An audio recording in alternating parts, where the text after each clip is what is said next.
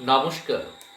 Update পাঁশকুড়ার পক্ষ থেকে আমি দেবকান্ত মিশ্র আবারও আমাদের এই শারদ উৎসব সম্পর্কে বিশেষ কিছু জানতে আজকে যার কাছে উপনীত হয়েছি তিনি আমাদের সকলের প্রিয় ব্যক্তিত্ব, যাকে আমরা অনেকভাবে চিনি। ইতিপূর্বে আপডেট পাঁশকুড়াতে ওনার একাধিক সাক্ষাৎকার প্রকাশিত হয়েছে। আমাদের প্রণম্য, আমার পিতৃপূজনীয় ব্যক্তিত্ব, পাঁশকুড়া ইতিবৃত্তকার, প্রাক্তন শিক্ষক, সংস্কৃত চেতন ব্যক্তিত্ব তথা প্রাবন্ধিক এবং সাংবাদিকতার সঙ্গেও তিনি জীবন অতিবাহিত করেছিলেন।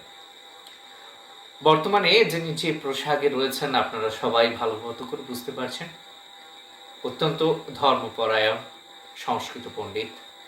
পণ্ডিত মশাই কেবলমাত্র পেশাগত দিক থেকে পূজার্চনা ছাড়া ধর্ম সংস্কৃতির দিকে এবং একান্তভাবে ধর্ম পালনের পূজায় যিনি ব্রতী হন, সেই অনন্য ব্যক্তিত্বের নাম সুধাংশু শেখর ভট্টাচার্য।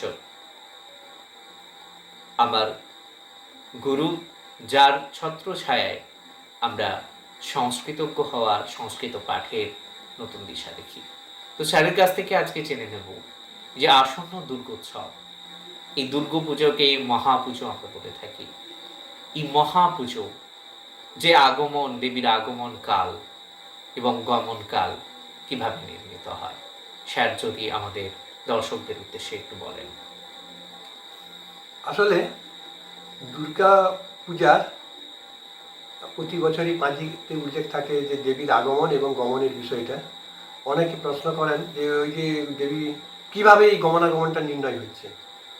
তা এই সম্পর্কে একটি সংস্কৃত শ্লোক আছে স্মৃতিশাস্ত্রের বিধান অনুসারে। সেই শ্লোকটাকে আমি আগে পড়ছি। রবৌ চন্দ্রে গজারূঢ় ঘোটকে শনিভৌময় গুরৌ শুক্রে চ দোলায়াং নৌকায়াং বুধবাসরে। অর্থাৎ সপ্তমী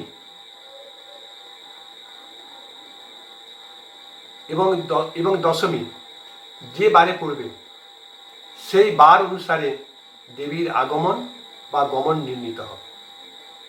এই শ্লোকে সেটা বলা হয়েছে কি যে রবিবার বা সোমবার যদি সপ্তমী পড়ে তাহলে গজে আগমন হবে, বা যদি দশমী পড়ে গজে গমন হবে। রবিবার বা সোমবার সপ্তমী হলে হবে গজে আগমন, বা যদি ওই রবিবার বা সোমবার দশমী পড়ে তাহলে হবে গজে গমন। আর মঙ্গলবার বা শনিবার যদি সপ্তমী পড়ে তাহলে হবে ঘটকে আগমন, আর যদি দশমী পড়ে তাহলে ঘটকে গমন। আর বুধবার যদি সপ্তমী বা দশমী পড়ে তাহলে নৌকায় আগমন, বা দশমী পড়লে নৌকায় গমন। আর বৃহস্পতি এবং বা শুক্রবার যদি সপ্তমী পড়ে, বৃহস্পতিবার যদি সপ্তমী পড়ে তাহলে হবে দোলায় আগমন, আর বৃহস্পতিবার যদি দশমী পড়ে তাহলে দোলায় গমন। আর শুক্রবার সপ্তমী পড়লেও দোলায়, আর দশমী পড়লেও দোলায় গমন। এই প্রমাণ অনুসারে পণ্ডিতরা প্রতি বছর পঞ্জিকাতে লিপিবদ্ধ করেন দেবীর আগমন কিসে আগমন এবং কিসে গমন, এবং তার ফলে কি হয় তার একটা ফলও তারা লিখে দেন। হ্যাঁ, গজেই চ জলদা দেবী শস্যপূর্ণা বসুন্ধরা। এইভাবে ওই যে বিভিন্ন প্রমাণ, হ্যাঁ, দোলায়াং মড়কং ভাবে, এই যে ফলগুলো লেখেন ওই গমনের তারিখ মানে বার অনুসারে এগুলো, বা আগমনের বার অনুসারে এগুলো নির্ণীত হয়। স্যার আরো একটি প্রশ্ন, এই যে দেবী মহামায়া দুর্গা, আপনি এর আগে বলেছিলেন যে দেবী হচ্ছেন সমস্ত প্রাণীকুল, উদ্ভিদকুল এবং জীবের প্রতিনিধি স্বরূপ। তিনি একক একটি দেবী স্বরূপা নয়, তিনি সমগ্র জীবের আধার তথা প্রধান। তার এই যে ব্যাখ্যাটি আমরা পেয়ে থাকি, আপনি বলেছিলেন সমস্ত প্রাণীকুল, অর্থাৎ তার মধ্যে উদ্ভিদ রয়েছে। নবপত্রিকা রূপে তিনি স্থাপনা পাচ্ছেন কেন, এটি যদি বলেন। পাশাপাশি এই যে দেবী দুর্গার সাথে বিভিন্ন পশু জন্তুরা, পাখিরাও এসে থাকে, যেমন দেবীর মন্দির হিসেবে সিংহ, মহিষাসুরের প্রতীক হিসাবে মহিষ, পেচক, সর্প, ময়ূর, ইঁদুর, এইগুলি নিয়ে যদি একটু বলেন। আসলে দুর্গা হচ্ছে একটা পরিপূর্ণ মূর্তি। আমরা পুরাণে পেয়েছি দুর্গা হচ্ছে মহিষাসুরমর্দিনী, তিনি মহিষাসুরকে বিনাশ করেছিলেন। সেখানে বলেছেন এইভাবে, ইত্থং যদা যদা বাধা দানবত্যা ভবিষ্যতি তদা তদাবতির্যাহং করিষ্যাম অরিসংশয়ম। যখনই দানবের উত্থানে বাধা সৃষ্টি হবে তখন আমি এভাবে এসে দানবদের আমি সংহার করব। তাহলে প্রথম যে দুর্গা মূর্তিতে পুজো হয়েছিল আমাদের দেশে, তাইপুরের রাজা কংসনারায়ণ করেছিলেন, তখন শুধু ছিলেন মহিষামর্দিনী। পরবর্তীকালে বাঙালি কবিরা ভাব কল্পনাতে কিছু সাহিত্য রচনা করেছিলেন। যেমন বৈষ্ণব পদাবলী লেখা হয়েছে, তেমনি শাক্ত পদাবলী লেখা হয়েছে আগমনী ও বিজয়া গান। তিনি আসবেন মর্তে, যেন বাপের বাড়িতে আসছেন কৈলাস থেকে, সপরিজনকে নিয়ে আসছেন। দুর্গা মূর্তিতে পরবর্তীকালে যোগ হয়েছে লক্ষ্মী, সরস্বতী, কার্তিক এবং গণেশ। যিনি মহিষাসুরমর্দিনী ছিলেন তিনি হলেন বাঙালি কন্যা, তিনি যেন পিত্রালয়ে আসছেন সপরিজনদের নিয়ে, লক্ষ্মী, সরস্বতী, কার্তিক, গণেশকে নিয়ে 3 দিনের মধ্যে তার আগমন উপলক্ষে আগমনী গান। তিনি যখন চলে যান তার উদ্দেশ্যে আবার বিজয়া গান, পোহায়না নবমীর ঋষি, উমা চলে যাবে, এইসব গান লেখা হয়। তাহলে আমরা যে দুর্গা মূর্তিটা দেখতে পাচ্ছি এটা একটা পরিপূর্ণ মূর্তি। তিনি জীব জগতের প্রতিনিধি। তার মূর্তিতে আমরা বিভিন্ন জীবকে দেখতে পাই তার বাহন সিংহ, দেখতে পাই সর্প, দেখতে পাই তার সঙ্গে যারা আছেন তাদের বাহন মুশিক, পেচক, ময়ূর, হংস, এসব আমরা দেখতে পাই।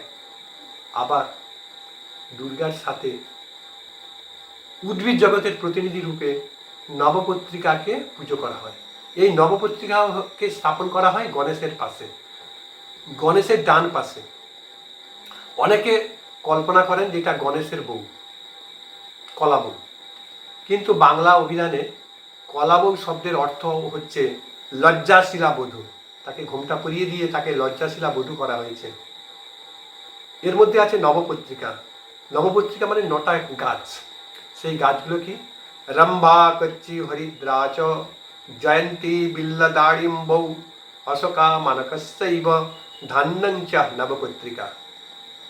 এই 9টা গাছের সমষ্টি হচ্ছে নবপত্রিকা। রম্ভা, একটি কলা গাছ থাকবে, সেটা হচ্ছে মূল গাছ।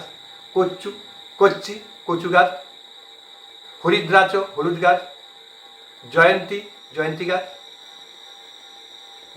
বেল গাছ।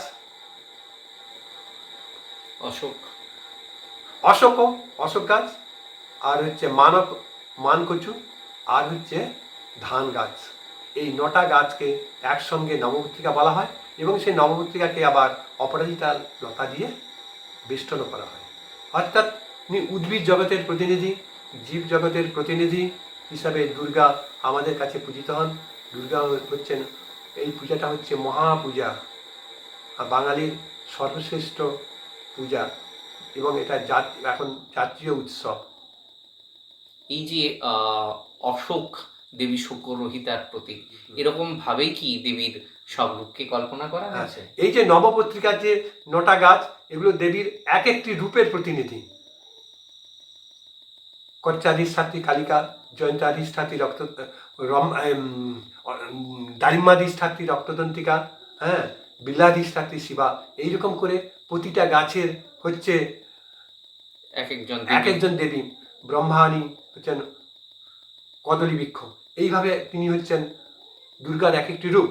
আবার একসঙ্গে তিনি নবপত্রিকাবাসিনী দুর্গাও, অর্থাৎ দুর্গার বিভিন্ন রূপ হচ্ছে এই নবপত্রিকা, আর সম্মিলিতভাবে তিনি দুর্গা, নবপত্রিকাবাসিনী দুর্গা।